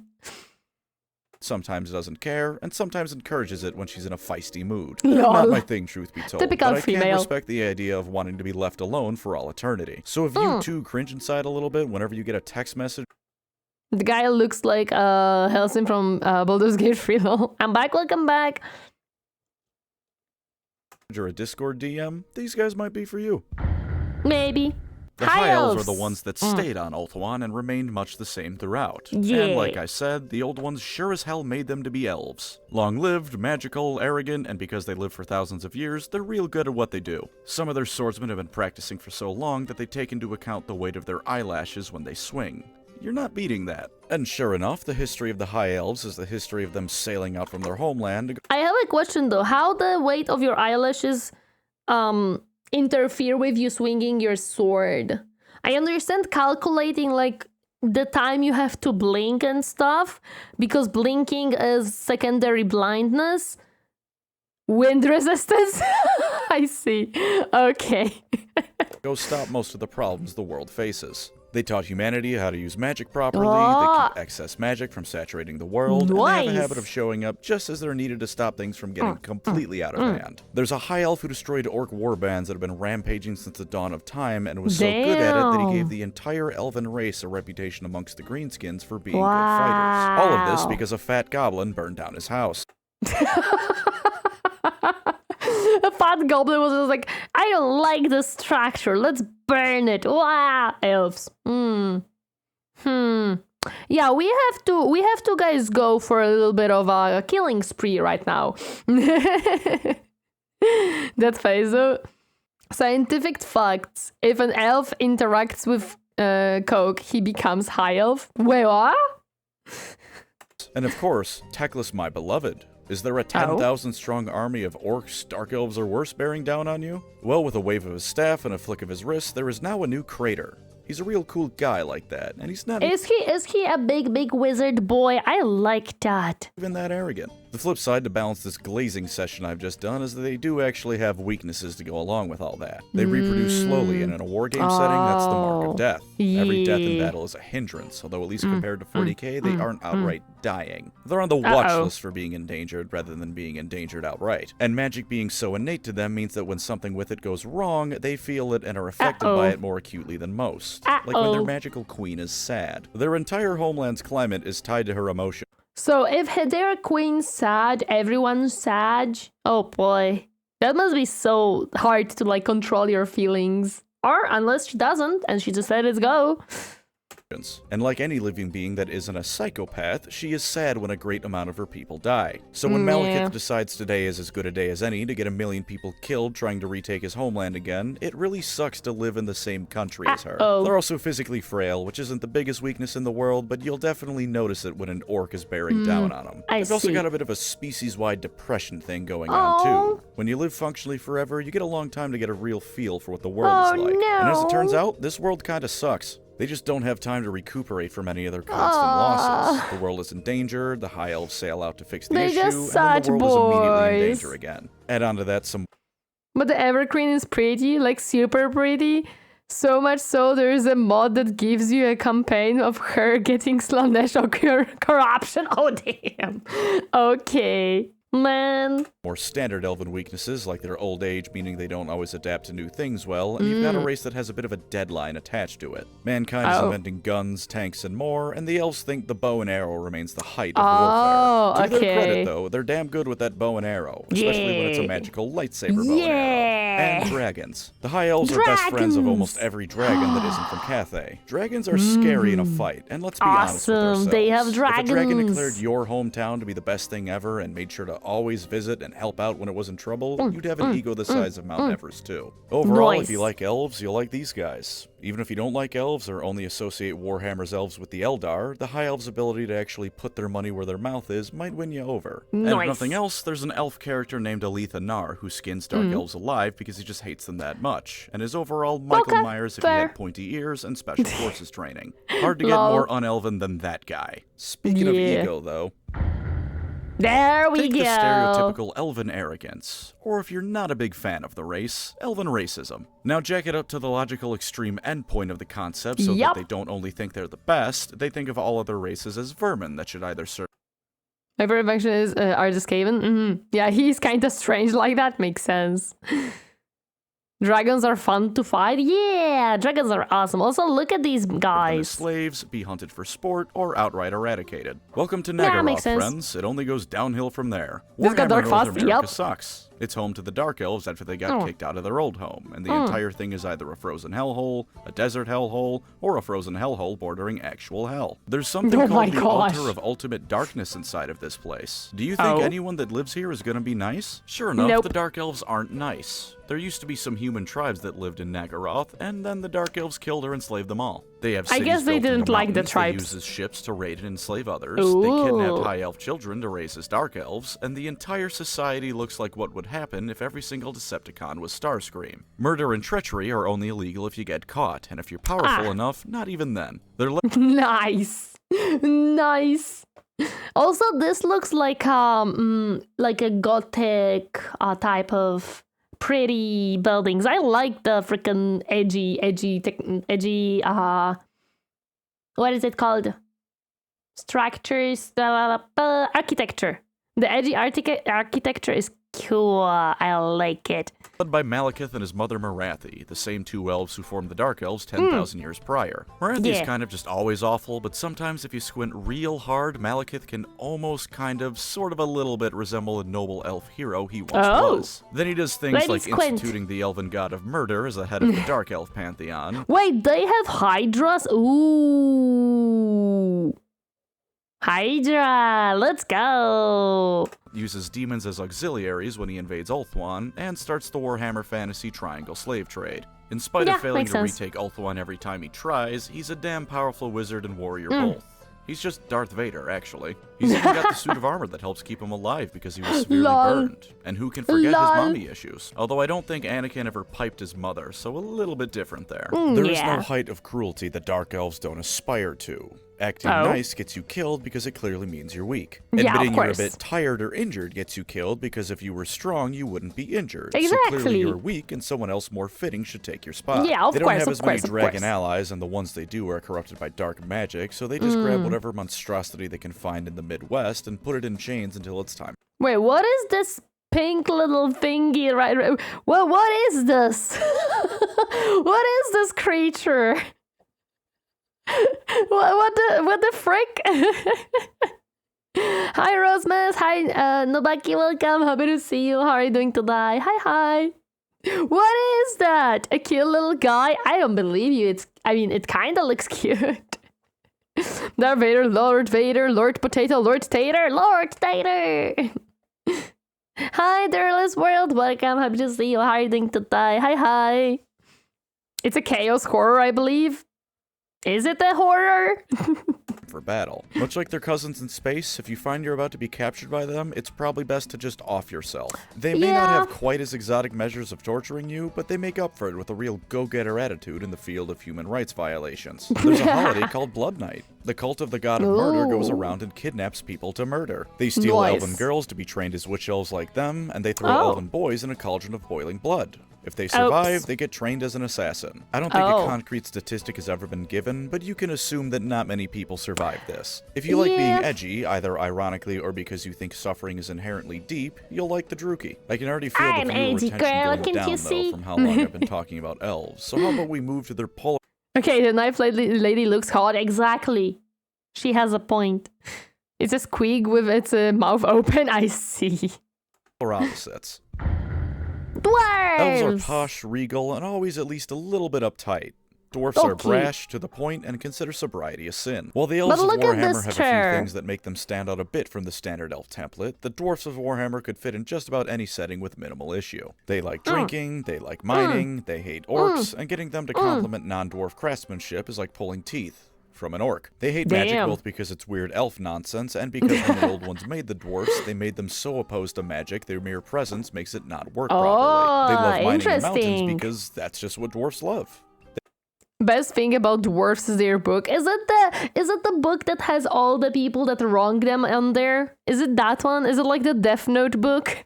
They do have three things that make them stand out, though. First is that it's pronounced dwarfs, not dwarves. Second is that these dwarves are industrious little fellas. They've discovered oil and how to use it, and with it make helicopters, trains, and more. While humanity has galleons with cannons, and the elves have either magic... Book of Grudges? Yep. Oh my god, they have Death Note. Awesome. Dragon ships or city-sized slave ships, the dwarfs have ironclads, submarines, and aircraft carriers. Wait, the dwarfs have submarines? Oh my god, they are so smart. That's it. That goes into the book. They hate using them because no proper dwarf would ever be happy with anything but solid earth under their feet, but they have them. They're slow to change to the point that anything less than 500 years old gets you complained at if you suggest using it, but at least some of them understand that the 20-barrel New meaning to you are going on the list? Yes. artillery piece is nice to have even if their ancestors might not approve. The second is that these dwarfs are the embodiment of the word spite. They're bitter that the other races won't just Lol. conform to proper dwarf ways. They hate orcs and goblins for ruining their once great cities. Yep, they makes hate sense. the elves for that war they got into thousands Yep, of years makes ago. sense. A war that ultimately started, mind you, because the dwarf diplomat forcibly had his beard shaved. There were some other factors leading up to it, but that Why was the would you final do straw. that? The average dwarf doesn't know about the Lizardmen much, but Oh. they'd certainly hate them too if they knew the Slann were involved in shifting some mountain ranges around that destroyed a whole lot of dwarf holds. Oh, Have yeah, you that ever makes wronged sense. a dwarf? Into the book you go. The Great Book of Grudges, that is. Every Of single course. thing that has in some way wronged the dwarf race is put Yeah. down in there. Most dwarf Yeah. holds have their own personal ones for slight against them in particular. Some Hmm. dwarfs have their own personal book. Even if they don't, they have photographic memory. If Of you course. wrong them, they'll remember. It doesn't even Oh, need to be boy. on purpose. So wait, there is this type of like I think wasps in the real life that they literally can hold a grudge against you. So if you harm it, it will come back to actually like take a revenge. This is dwarfs. This is literally dwarfs. They're like little hornets remembering you when you wronged them to come back and get you. Bunnies, that's it. To the book you go. Well, they would hate bunnies because magic, and they hate magic. They're like crows, ravens. I don't know that crows and ravens have that. One of the birds have that too. I see. Okay. A human town once short. Hello there, Combat Wombat VT. Welcome. Happy to see you. How are you doing today? Hi. Who this?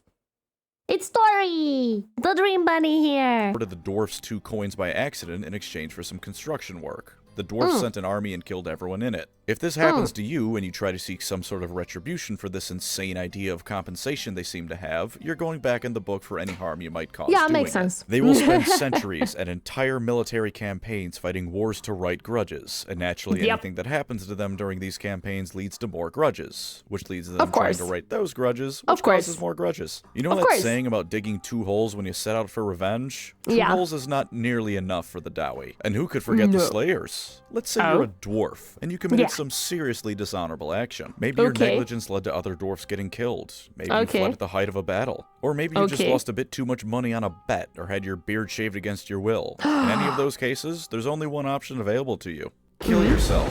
Take the Oh. Slayer Oath and die in battle. There's no redeeming Oh. yourself in any way but death. There's funerals see. held for those who take the Slayer Oath before they even leave to find something to kill them, because for all Oh. intents and purposes, they've died and the message just hasn't gone through to them yet. I see. They're already dead. They just don't know it yet. Isn't there a grudge war in Total Warhammer that's literally just you getting 1 coin you were owed? Probably. Knowing the dwarfs, most likely, yes. If you want some great books that explore Slayers, dwarfs, and the Warhammer world, read Gotrek and Felix. Read Ooh. Gotrek and Felix anyway. Do it.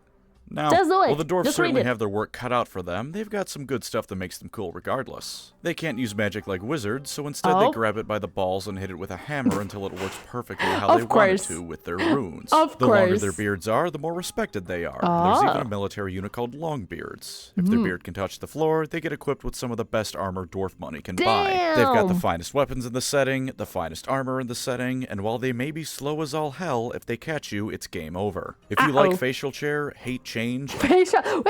Facial chair? What do you mean by that? slow as all hell, if they catch you, it's game over. If you like facial chair, hate change, and despise other people for being different, take a look at the Lol. dwarfs.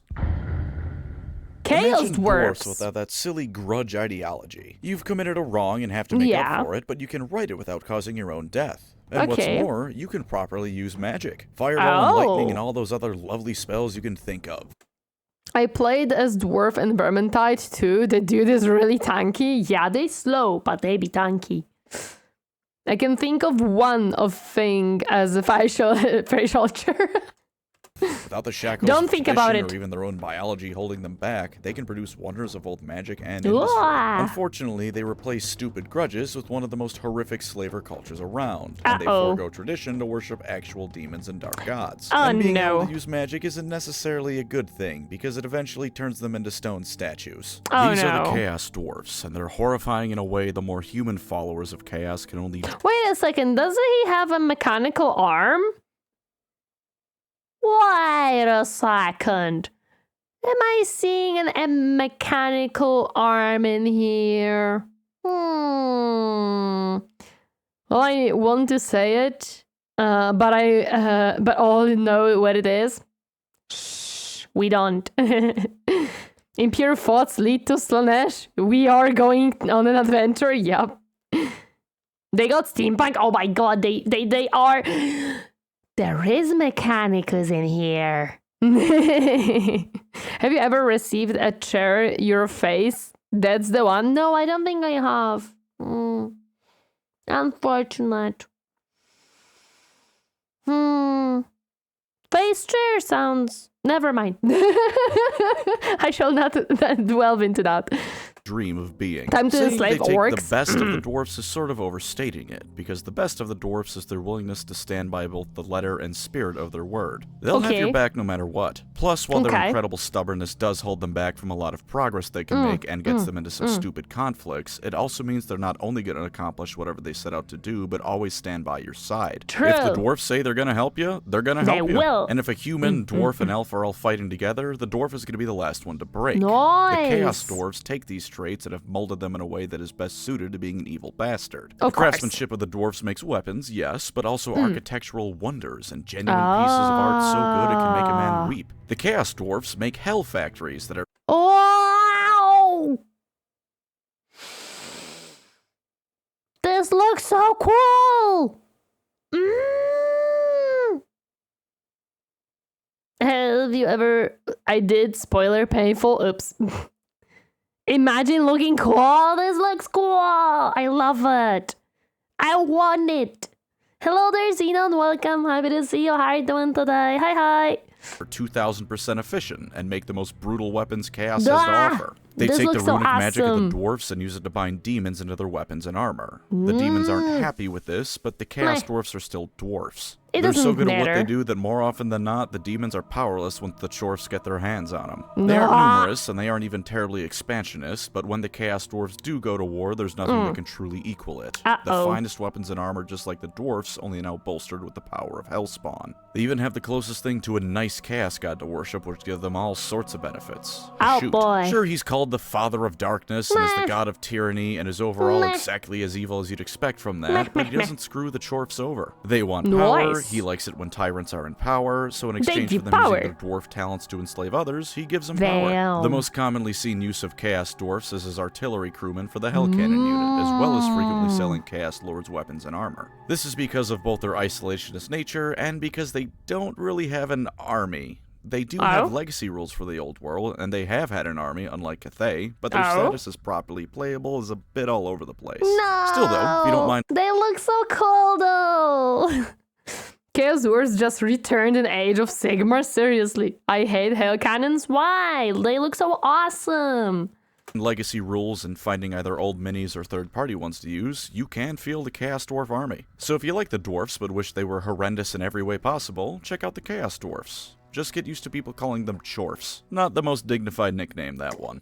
But they look so cool though. The ogres were the last race the old ones made before pissing off. They're resistant to chaos, tough unlike the elves, capable of changing things up quickly unlike the dwarves, and are as ambitious and fluid as mankind. Unfortunately, the older ones couldn't quite get them to stop eating everything in sight and never properly finish them before they left. Or their homelands, for that matter. When chaos invaded, the ogres were left unfinished in this state, and many became nomadic after they ate everything in whatever their first homeland was. They also ate the ancestors of the modern-day giants, who...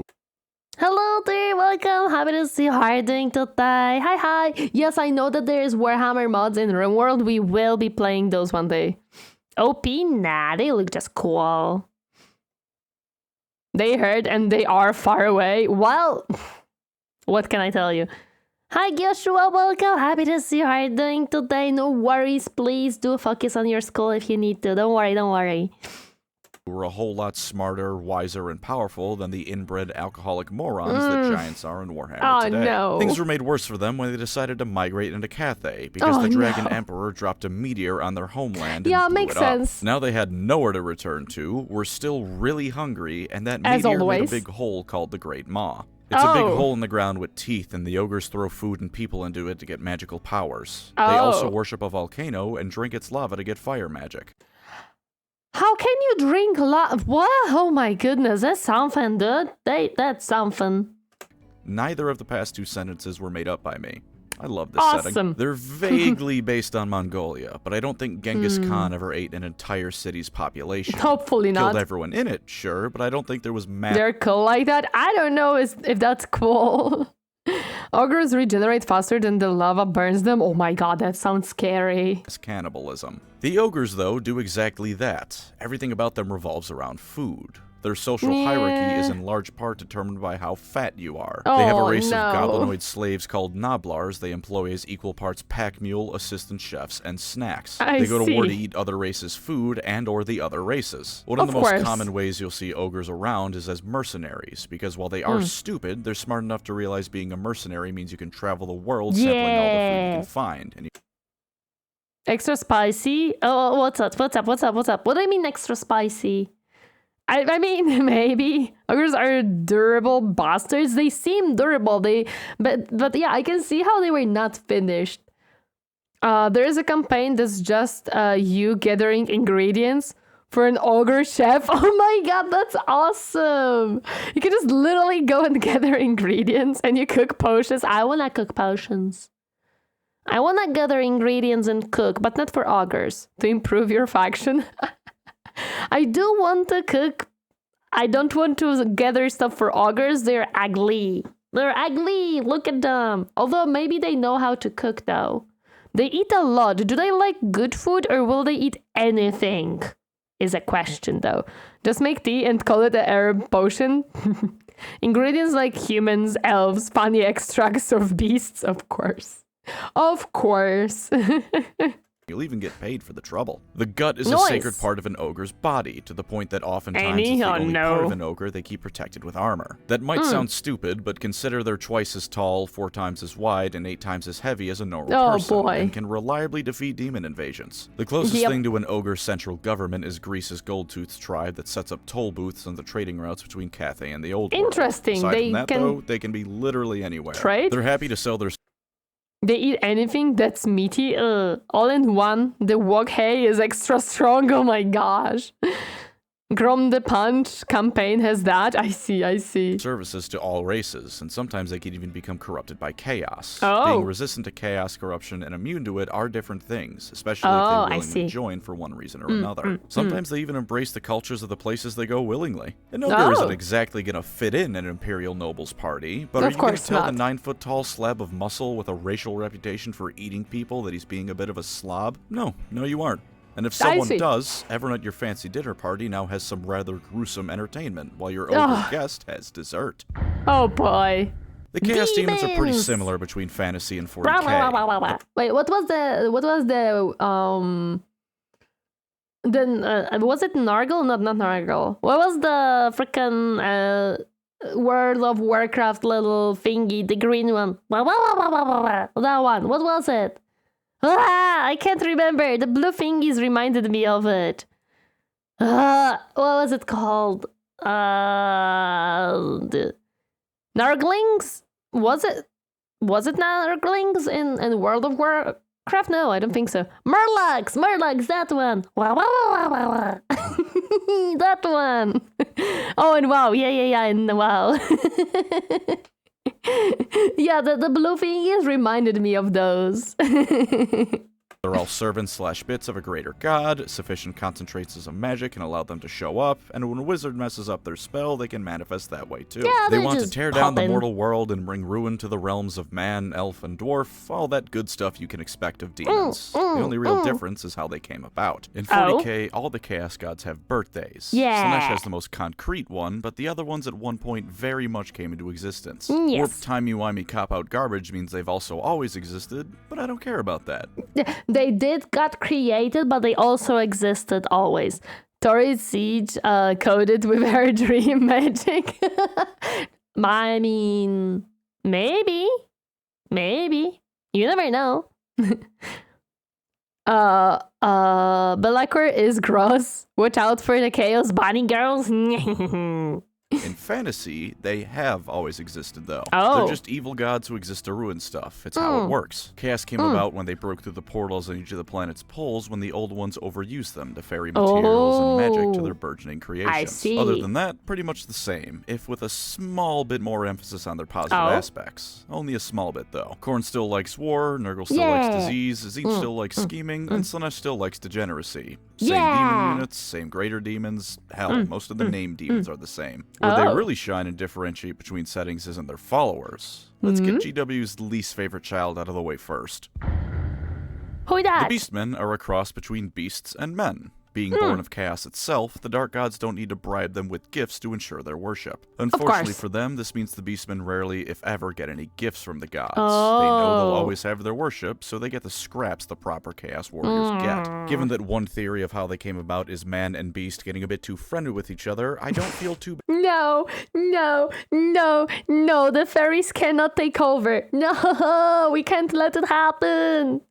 bad for them. Don't let that fool you, though. While the nations of men consider them to be a nuisance for all but the most isolated towns, and the dwarfs view them similarly, the elves know the true danger they represent. In the forest of the world... Wait, I know this music in the background. That's a RimWorld music! Oh my god, I heard 2 notes, and I was like, I know this one. Guys, I think my brain is RimWorlded. I think my brain is RimWorlded at this point. Oh my god. Millions of them lurk, and when they go to war, entire swaths of the country are trampled underneath their hooves. They defile nature with their every step, and won't stop their savage crusade until the civilized peoples of the world exist in a constant state of being hunted by their bestial overlords. At least that's what we're told in between lore blurbs of them being butchered like the cattle they look like. That's how bunny girls were made. Humans and elves met beastmen. No. I have been made very differently. Not like that. Rimmed brain, seriously. For the love of God, at least the Eldar are powerful on the tabletop more often than not. The Beastmen usually suck on tabletop and in the lore. I'm trying to be a hype man for the factions here, but while I wasn't for Bretonnia because I hate them, I'm not for the Beastmen because I pity them. For what it's worth, though, they are incredibly dangerous to the average person. Beastmen have no bunnies, though, Villages at the frontier of almost every faction are regularly under assault by Beastmen raiders, and when they gather in force, they'll be wiped off the map at a moment's notice. And since they're all part animal, they have incredibly sharp senses. It would be very cool if the Beastmen were a interesting faction to play instead of just being weak men. If you get in a fight with one while you're traveling, it's already game over. You can probably take that one on, but the 20 or so more beelining it in your direction because they heard a fight is a different story. The Beastmen are a savage race to the point that things like intact walls drive them to frothing rage, such as their hatred for civilization. All they do in their free time is get into brutal fights. They're somewhat interesting and total war. I see. Amongst each other, sometimes involving one challenging another for a position in the hierarchy, but usually just to assert dominance or for fun. Of course. And drink. They do have some forms of worship for the Chaos Gods, and their shamans both help construct effigies and are actually revered by other beastmen as some. Following this logic, VTubers are the creation of Dark Mechanicus? Not Dark Mechanicus per se. I mean, it has to be dark because the Imperium Mechanicus cannot invent things, and well, VTubers are a invention.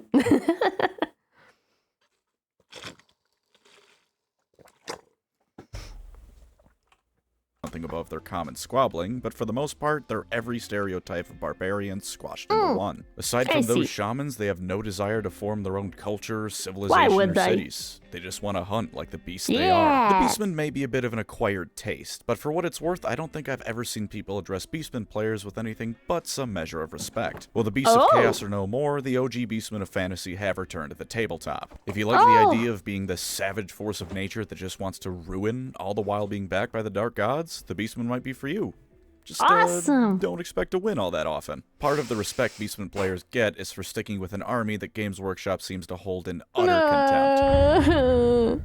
I know I'm incredibly biased, but I do not care for the motivations of most of the traitor legions. They strike me as like listening to a story about me and my siblings not getting along when we were kids, which I'm sure is at least partly intentional, but that's not the kind of motivation I want for why someone sold their soul to the forces of hell. At least not on a faction-wide level. By contrast, let's look at the Warriors of Chaos motivations for worshipping chaos. I'd say there's two blanket ones you can say. The reasonable one is that they live in the barren, icy lands of Norska. Aside from the southernmost regions, permafrost covers the whole land. No crops can be grown, and few animals are around to hunt. Because of their proximity to the North Pole, where the Hail Chaos, no! Some look like the worshippers of Slaanesh. Shh, maybe just some. Me still watching despite only knowing 0.1% of Warhammer lore. That's okay, don't worry about it. I don't know much about fantasy at all. Blood for the Blood Gods calls for the Skull Throne is coming from here. Really? It's coming from the fantasy? Man. realm of chaos intersects with reality, a lot of those animals are heavily mutated, if not outright demonic. A lot of these people are also almost explicitly forsaken by Sigmar, as a lot of the ones who live there now are the descendants of the ones Sigmar forced out when he was forming the Empire. With all that in mind, I think it's at least understandable that these people would turn to the Chaos Gods for protection and worship. Yeah, if the only makes option sense. of worship is the guy who's all about plague, you might as well hope he's in a good mood and will keep the plague at bay in exchange for a few sacrificed southerners. Yeah, the other makes motivation, sense. while less relatable, is also much more fun. Just wanting to be an evil, powerful overlord. Why do you worship the Dark Gods? Because they give you ultra-powerful cursed armor you can use to give them more sacrifices to gain more power with. Why do you slaughter in the name of the Blood God and all the others? Because it's fun. Who gives a damn about morality? That orphanage made the mistake of being in front of you, so it obviously had to go. I'm biased to them, that's okay. Fun fact, Archon is heavy inspired by Mordred, I see. Archon is heavy inspired by Mordred. Arthurian myth. It's good to be bad, but being evil is a whole lot of fun. Overlord 2 tips. I see. Tori will have to play it at some point, maybe. Pretty much a little Warhammer 40k, and my favorite characters so far are Logan Grimmer and Kalgar, Chapter Master, are so cool. Of course, Chapter Masters are cool. Of course. Okay, the ads on Twitch are almost finished, which is awesome. And we're getting close to finishing the video. If the Blood Dragons are a heavy metal album cover, the Warriors of Chaos are every heavy metal album cover combined into one. Kill for the Dark Gods at every possible moment. Let loose your darkest desires onto the world, because you have the explicit backing of the powers that be to do so. The Norskins who live in the frozen north will make pilgrimages to the northern pole and realm of chaos to become... Just be evil and be happy. I be happy. I be evil.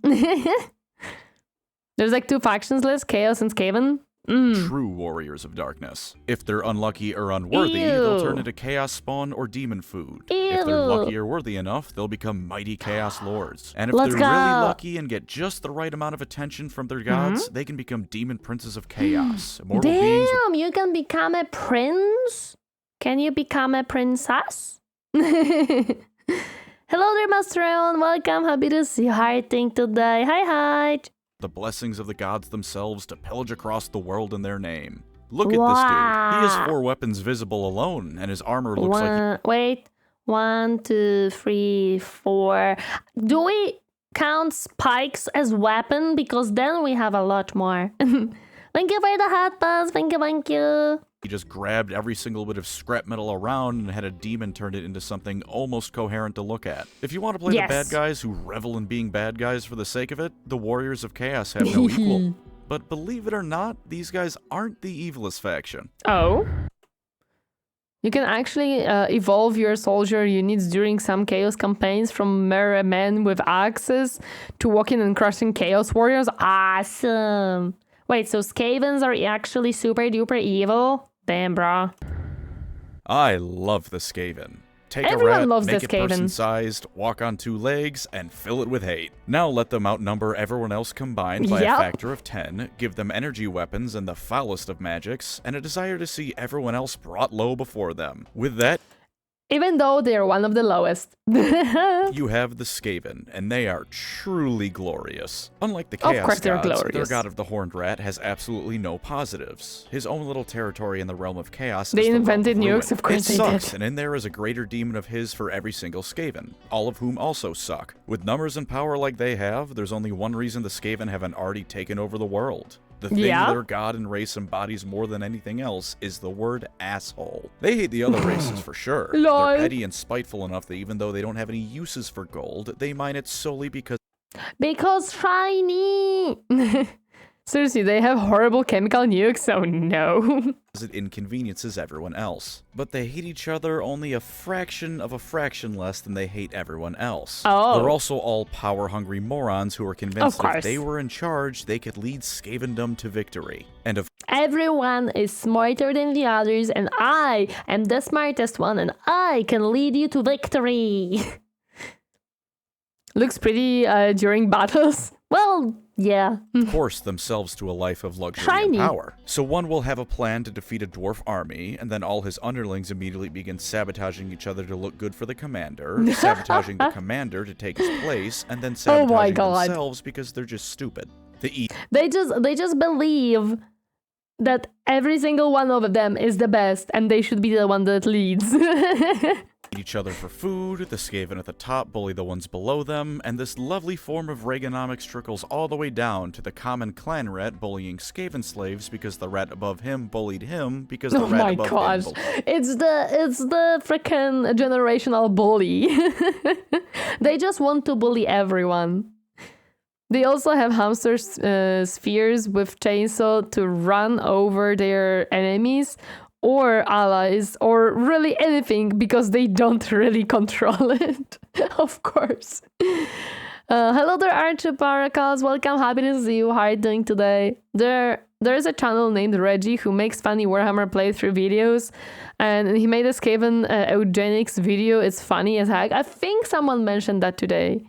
Hi, I've been lurking. Happy to hear. Thank you for lurkies. bullied him. Of course, none of this matters in terms of defeating them. For one, they're rat people. There's a Yeah. reason the only human-inhabited place on Earth that doesn't have rats is Alberta. The Skaven literally breed like rats because they are. In the Okay, but why Alberta is the one that doesn't have rats? Why?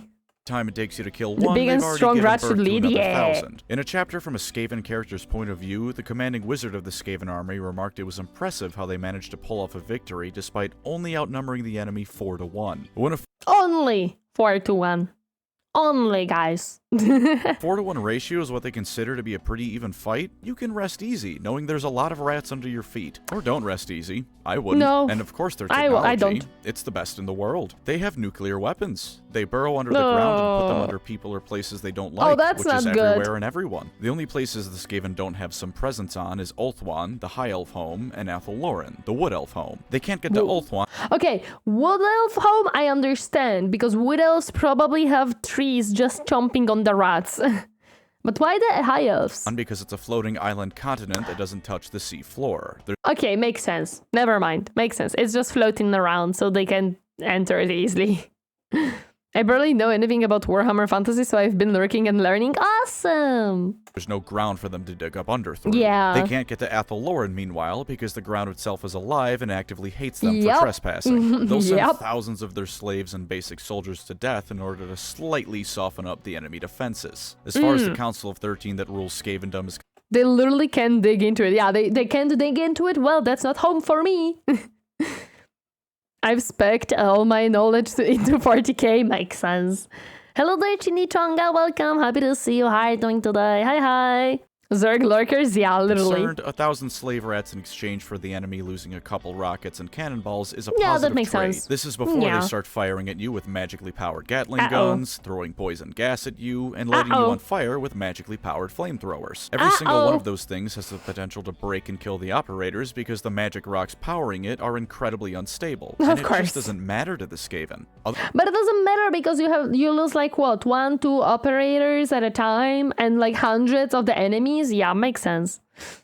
You're debating if they should ban fart noises. Warhammer Fantasy before the end times.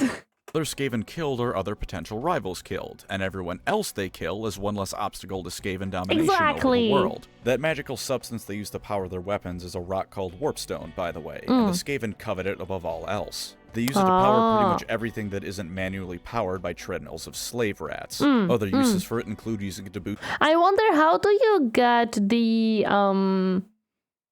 slaves there? Like, how do they bully themselves into slavery?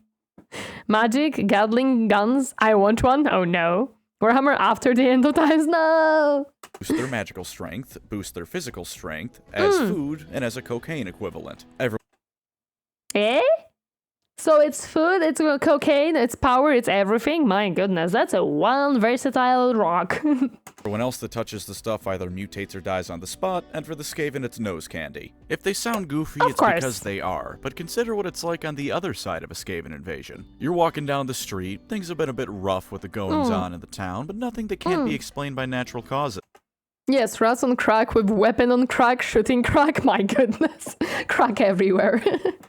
Then all you hear is explosions, the sounds of the most horrifying mutated monstrosities ever conceived, and right as you turn the corner, all you see is dozens of beady red eyes staring at you with full intent to kill and eat you. Yeah. And that's if you're lucky. On the other end of things, the Skaven are horrifying. There's a lot more about the Skaven I could say, but Crack that can explode at any time, yes. here's a quick and easy way to know if you like them. If you despise everything about everyone around you, know for a fact you should be in charge of everyone because you're clearly right, and altruism makes you want to curl up and die, you'll like the Skaven. Or alternatively, if you want to rock up to a fantasy setting with machine guns, magical artillery, and nuclear bombs, they're for you too. Explode you. And I believe that is every major fantasy faction. Nice. And a lot of the minor ones. If you're new to fantasy, I hope this was a decently... Wait a second, I thought that on crack is a metaphor. No.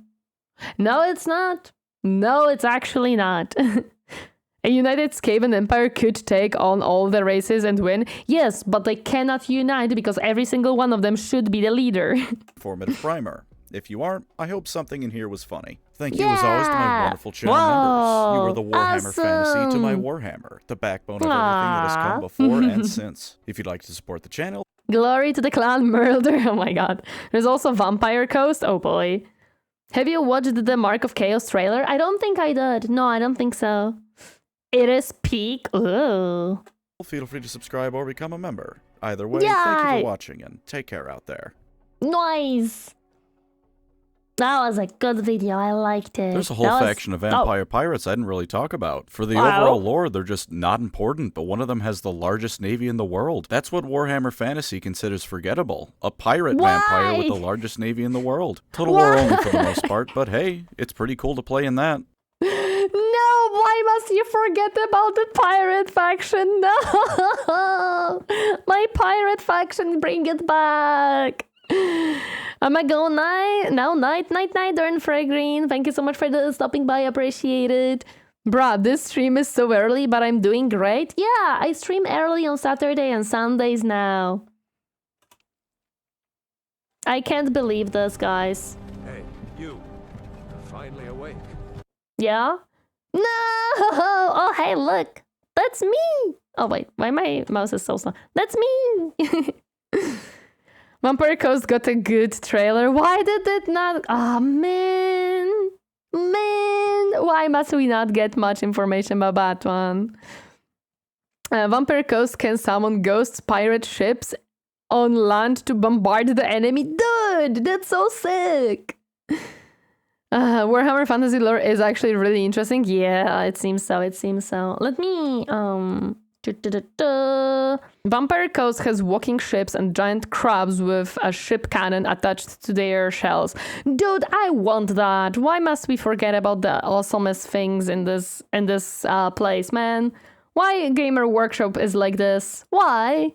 Tuesday are Warhammer days though, and next is RimWorld. Yeah, now we're playing RimWorld. Let me just